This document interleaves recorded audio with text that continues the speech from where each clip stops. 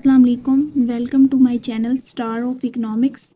आज जो हम टॉपिक डिस्कस करने वाले हैं वो है हमारे पास distributed lag model. Distributed lag model को समझने के लिए फर्स्ट हम रिग्रेशन इक्वेशन को देखते हैं जो हमारे पास है Y T is equal to alpha plus beta not X T mu T. ये हमारे पास डिपेंडेंट वेरिएबल है और ये हमारे पास इंडिपेंडेंट वेरिएबल है। और हमें ये पता है कि हमारा डिपेंडेंट वेरिएबल्स जो हैं वो इंडिपेंडेंट पे डिपेंड कर रहे होते हैं। तो इसमें हम एज्यूम करते हैं जो हमारे पास डिपेंडेंट वेरिएबल है वाई टी वो कंजप्शन है और जो एक्स टी है वो हमारे पास इनकम है। और जो टी हम देख रहे हैं यहाँ पे जो वर्ड साथ यूज़ हुआ है वह हमारे पास करंट टाइम पीरियड है। करंट टाइम पीरियड में हम 2002 को काउंट करते हैं, तो हम जो कंजप्शन पैटर्न देख रहे हैं वो 2002 का देख रहे हैं और जो इनकम भी है वो भी हमारी 2002 ईयर की ही है। देन हम ये देखते हैं कि अगर हमारी इसी टाइम पीरियड में इनकम में चेंज आता है तो उसके ज़रिए जो है ना बीटा नॉट के ज़रिए वो हमारी अफेक्ट करेगा हमारी कंजप्शन को भी। तो ये हम एज्यूम करते हैं कि जो हमारी वाई में चेंज आता है वो हमारी एक्स की वजह से आता है। तो हम एज्यूम करते हैं वाई जो है हमें रिस्पॉन्ड करता है व्हेन एक्स चेंज, जब हमारा एक्स जो है चेंज होता है। और हमारे पास जो डिस्ट्रीब्यूटेड लैग मॉडल होता है इसमें हम ये देखते हैं कि जो हमारे पास मॉडल है हमारा डिपेंडेंट वेरिएबल जो है वो सिर्फ हमारी करंट वैल्यूज़ पे डिपेंड नहीं कर रहा होता, वो हमारी प्रीवियस वैल्यू पे भी डिपेंड कर रहा होता है। यानी हम ये देख लेते हैं कि जो हमारे पास वाई टी है वो हमारे पास डिपेंड करता है beta nought plus Y T plus beta one X T minus one plus X beta two X T minus two plus mu T. ये हमारे पास रैंडम टर्म हो गई। तो इसमें हम ये देखते हैं कि जो हमारा डिपेंडेंट वेरिएबल है वो ना सिर्फ हमारी करंट वैल्यू पे डिपेंड करता है बल्कि वो प्रीवियस ईयर की भी वैल्यूज़ पे डिपेंड करता है। यानी हमारा अगर हम डाटा ले रहे हैं वाई टी जो है हमारे पास वो है हमारे पास 1997 का देख रहे हैं, तो वो जो डिपेंड कर रहा है वो सिर्फ 1997 पे डिपेंड नहीं करेगा, वो हमारे पास 1997 पे भी डिपेंड करेगा, 1996 पे भी डिपेंड करेगा और 1995 पे भी डिपेंड करेगा। इसमें हम ये कहते हैं कि जो डिपेंडेंट वेरिएबल जो है ना रिस्पॉन्ड कर रहा है हमारे एक्सप्लेनेटरी वेरिएबल का after the lapse of time, यानी डिफरेंट टाइम्स के बाद हमें यानी शो कर रहा है। तो इसको अगर हम डेफिनेशन फॉर्म में लिखें डिपेंडेंट वेरिएबल की तो हम इस तरह लिखेंगे if the regression model include not only the current value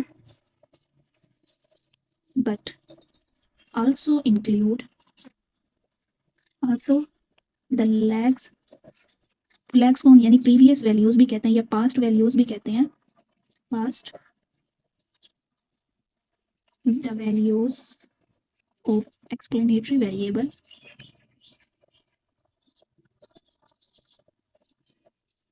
it is called distributed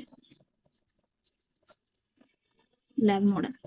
तो ये हमारे पास डिस्ट्रीब्यूटेड लैग मॉडल होगा जिसमें हमारे पास जो डिपेंडेंट वेरिएबल है ना वो हमारे पास सिर्फ हमारे करंट वैल्यू पे डिपेंड नहीं कर रहा होता बल्कि वो हमारी पास्ट वैल्यूज़ पे भी डिपेंड कर रहा होता है। और ये जो है हमारे पास Y T is equal to alpha plus beta not X T plus beta one X T minus one previous year की वैल्यू जो डिपेंडेंट वेरिएबल है हमारा, देन वो फर्दर प्रीवियस ईयर की वैल्यू पे डिपेंड कर रहा होता है और अप टू सॉन ये फिनाइट वैल्यूज तक डिपेंड करता जाता है जिसे हम बीटा के से रिप्रेजेंट करते हैं और एक्स टी माइनस के प्लस म्यू टी।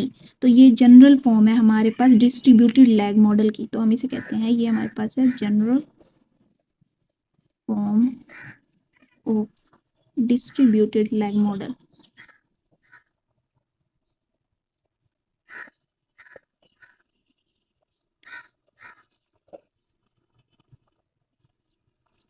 इसमें जो कंसेप्ट हमें बताया गया है वो यही बताया गया जो हमारा रिग्रेशन मॉडल है वो इंक्लूड करता है हमारी करंट वैल्यूज़ को, सिर्फ इंक्लूड नहीं करता बल्कि वो हमारी लैग्ड या पास्ट वैल्यूज़ को भी इंक्लूड करता है एक्सप्लेनेटरी वेरिएबल की।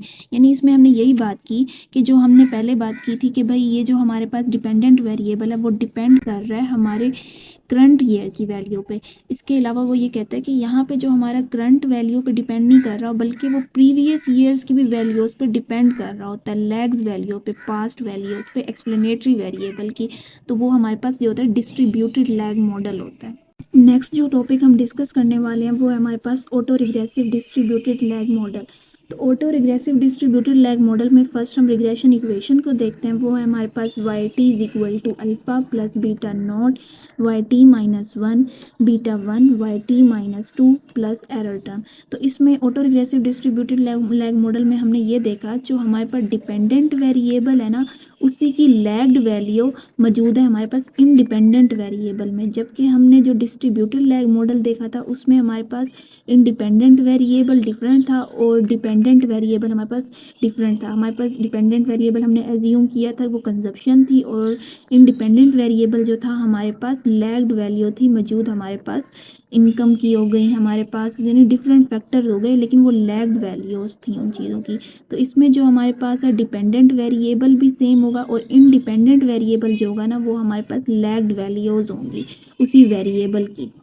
तो हम इसको इस तरह कह सकते हैं कि जो हमारे पास डिपेंडेंट वेरिएबल होगा ना उसी की लैग्ड वैल्यू को हम एक्सप्लेनेटरी वेरिएबल में ऐड करेंगे।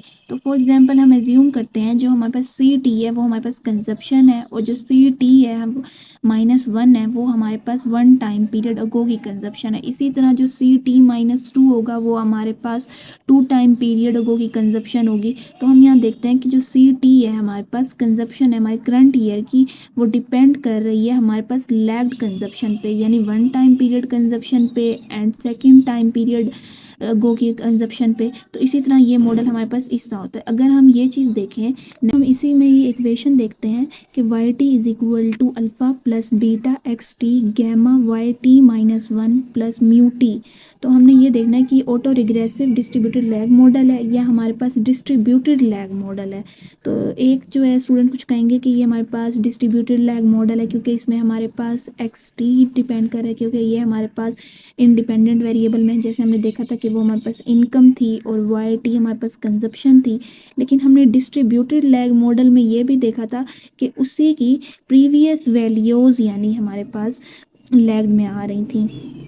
लेकिन auto regressive distributed lag model हमारे पास वो था कि जो हमारे पास डिपेंडेंट वेरिएबल होगा उसी की लैग्ड वैल्यू हमारे पास एक्सप्लेनेटरी वेरिएबल में मौजूद होंगी। तो ये हमारे पास डिपेंडेंट वेरिएबल है और इसकी लैग्ड वैल्यू हमारे पास सेम इसी डिपेंडेंट वेरिएबल की हमारे पास लैग्ड वैल्यू एक्सप्लेनेटरी वेरिएबल्स में मौजूद है। जो ये होता है ना हमारे पास, ये हमारे पास एक्सप्लेनेटरी वेरिएबल्स होते हैं। तो इसके अंदर हमारी एक्सप्लेनेटरी वेरिएबल के अंदर डिपेंडेंट वेरिएबल की लैग्ड वैल्यू मौजूद है, तो वो हमारे पास क्या है auto regressive distributed lag model है। देन हम इसके अलावा ये भी कहते हैं ऑटो रिग्रेसिव की in which one of the explanatory variable is lagged value of dependent variable. तो वो भी हमारे पास auto regressive distributed lag model होता है। तो हम इसकी डेफिनेशन को लिख लेते हैं कि in which one of explanatory variable